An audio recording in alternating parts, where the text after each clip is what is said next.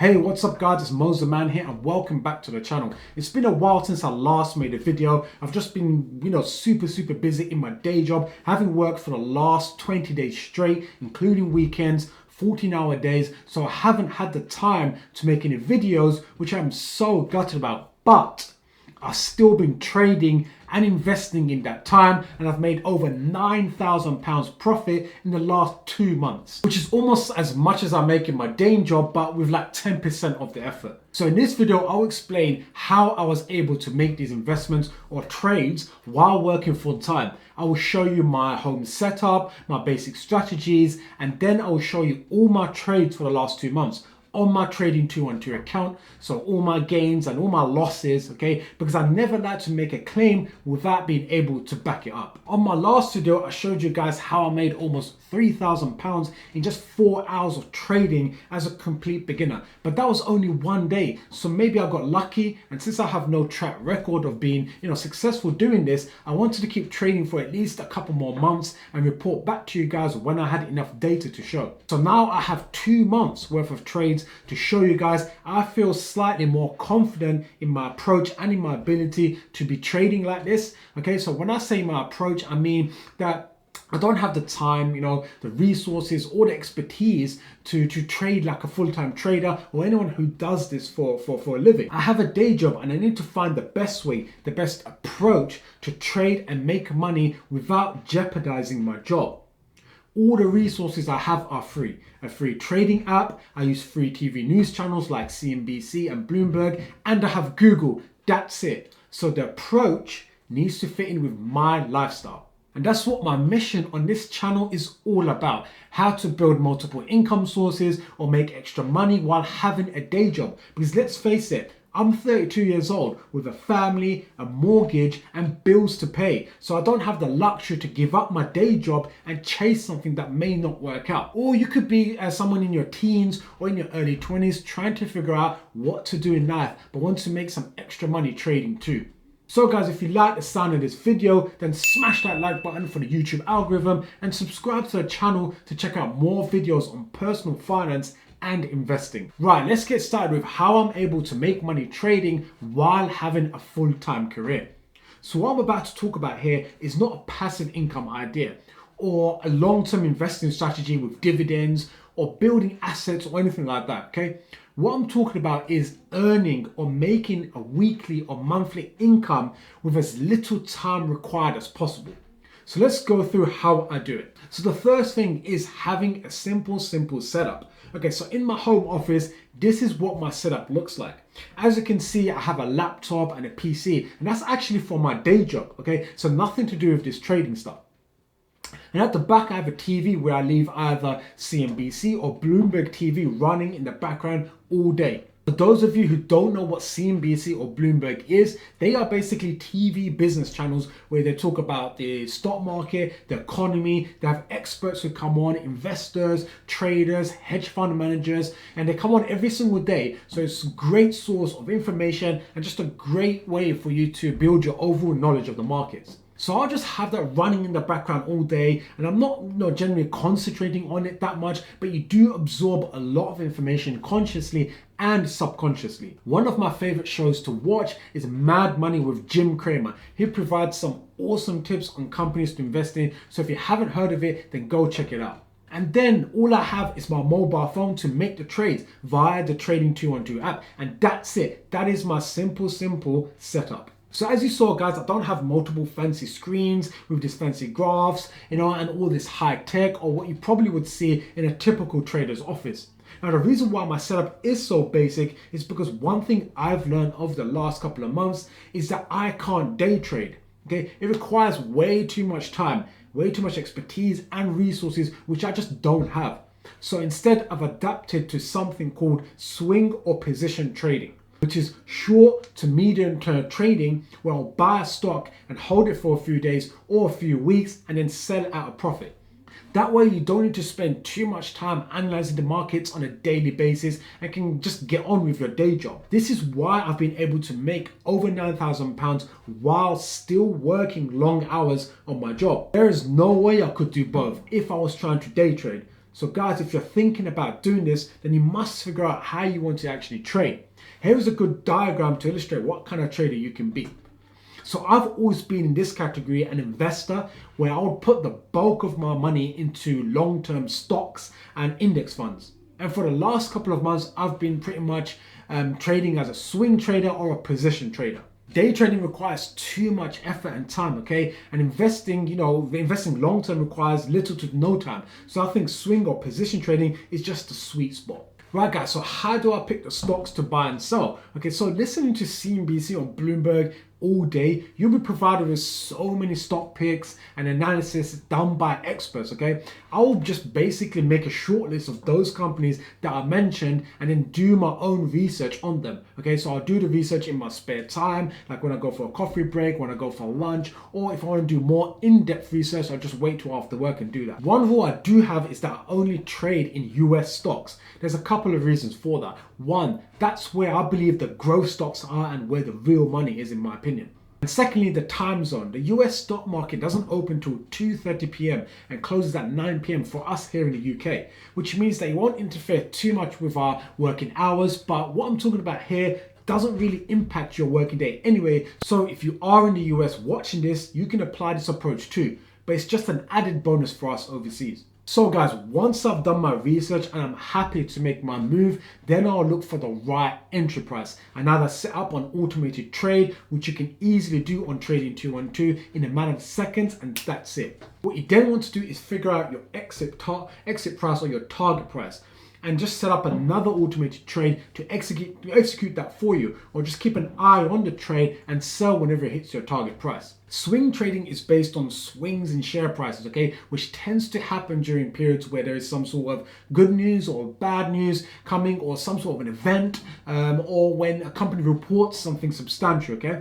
For example, Apple held an event on the 13th of October 2020 where they were going to reveal the new iPhone 12. Now this information was available, I think, a month before that, okay, or even probably longer than that. So if you could have bought some Apple stock in advance of that trade of that event and sell it before the event or after, depending on how successful you feel that event will be. If you look at the share price there in the lead up to that event, you can see how it increased over a week. Therefore, a great opportunity to trade Apple stock at that time. And that's just one example, guys. But if you're watching the news channels and keeping up with the markets, then you'll find loads and loads of these cases. And it's just a matter of you being in a position to actually buy and sell them. That means having the funds ready, understanding what entry and exit prices you are targeting, and then when to get involved. Now, I could go into a lot more detail on this, but there's a lot to cover and I'll save it for another video. But for now, I hope you understand that there is not that much effort involved in what I'm doing right now. And most people with a desk job could potentially do the same. Now you're probably thinking, this is all well and good. I mean, it's the pandemic, COVID-19, you're in lockdown, everyone's working from home, so you can do this. But how can you do it if you were to go back to the office, for example? You can't have a TV running in the background. You can't be doing all this research. You can't be making all these trades. How would you do it? But how many people, guys, do you see sitting at their desks in the office with their headphones on, listening to music or listening to a podcast? A lot of people do it. So you can do the same by listening to a finance news channel instead. Also, how many times at work do you look at your phone, check WhatsApp, respond to messages, check social media? That's a waste of time, in my opinion. Instead, you could be making trades on your phone or doing some research or reading company reports. Also, how much time do you take for lunch or coffee breaks or go to the gym? I've done a few trades while I'm at the gym, okay? While I'm on the treadmill, or on the bike, or in between sets, I've just pulled out my phone, made some trades, or was listening to something, and I've just got a bright idea or whatever, and I've done it, okay? So there's plenty of time during your working hours to do this. There's never been a better opportunity than right now for us to invest like this. My dad, for example, could never do this. His generation could only work one job and could only really earn one income. We are lucky in so many ways, guys. Okay, now let's move on to the good stuff, the trades, how I got to £9,000 profit over the last 2 months, okay? What I'll do is I'll take you through my Trading 212 account, show you the different trades, the companies I invested in. I'll give you some of the reasonings, some of the thought process I went through while making those trades, okay? So let's jump onto the computer and do this. Right guys, so here's my Trading 212 account. I've just logged in, and so within this Trading 212 account I've got 2 sub accounts. So one is the ISA Trading 212 account. So if you guys know what ISA is, you know that you can invest up to £20,000 completely tax-free. Now I bang this drum on every single video I make, almost every single video I make, and you guys must take advantage of your ISA tax allowance, because it's just crazy if you don't. So just to give you an idea of just how much I benefit from this, okay? So within this ISA account, I've made a return in the last 2 months of £6,392, okay? That's the total profit. Total profit I've made in the last 2 months in my ISA account. Now this is my 100% I take. I don't pay any tax on that. It's the 100% that I take this home, okay? So every time I actually make profit within these accounts, okay, I actually withdraw the money into my personal bank account like immediately, okay? So if I just show you an example here, that I've withdrawn about £583 that I made quite recently. So I just withdraw every single penny of profit that I make out of this account. This is a way of me kind of tracking and monitoring the investments or the trading that I'm doing, and also provides a way of monthly or weekly income. Okay, it gives you that motivation that, oh yeah, I'm actually doing well. I can see money coming into my bank account every single month. But the key here is that the ISA account, the ISA allowance, allows you to just take that money straight out and never have to worry about the tax thing. Okay, you don't even have to declare to HMRC that you've made this money. That's the beauty of taking advantage of your ISA tax allowance. So make sure, guys, you're doing that, right? Okay, so that's one of the accounts, one of the sub accounts, and as you can see, some of the transactions there in October, and then it goes all the way down to September. Okay, so those are 2 months of making all those transactions. Okay, so the other sub account is the normal investment account, which is where you can invest up to as much as you can until your heart's content. So there's no limit in how much you can invest in it, but on the profits you do have to pay tax on the profits on this sub account. Okay, so if I just quickly show you the history of how much I've earned so far. So in this particular account I've made over around £3,212 so far. Okay, now again, I just withdraw the money, withdraw the profits as a way of managing, as a way of providing income, but I do have to pay tax on this 3,200, which is why I much prefer to make the most of my ISA account and make as much profit there, because I don't have to worry about tax. But obviously I want to make more money and I want to invest more, so I need to use this other account, other trading account too. Okay, so some of the transactions there you can see: Peloton Interactive, Facebook. You're probably noticing Tesla. You're probably noticing that these are just very well known companies. There's no secret here. There's no company that I've just identified somehow and I've just got in at the right time and I made a ton of money. It's nothing like that whatsoever. These are well-known companies, and I just feel comfortable investing in these because I know if something happens to them, if I don't make the right decision, or I got in too late, at least I'm investing in a company which I actually kind of believe in. So it gives me some comfort there. So that's my trading account. So hopefully you guys see that the profit I've made there. What I do, I just pull in the transactions into this kind of spreadsheet right here, and this is a way I just track my profit losses. So in the last those two accounts, we've got 2 here. I've invested about 18,500 in the ISA one and about 19,000 in the other one, and profit so far about 6,300 and 3,200 as we saw earlier. So a total overall return of 25% in the last 2 months. Okay. Which is not bad if you look at the S&P 500, how well that's done in the last 2 months. I can't remember exactly what it is, but it's definitely not going to be as good as the 25% I've made in the last 2 months so far. So I'm pretty happy with that, and I'm hoping to keep this momentum going into December and into November, December, and obviously into next year. Now let's look at a little bit more detail into the actual companies and transactions.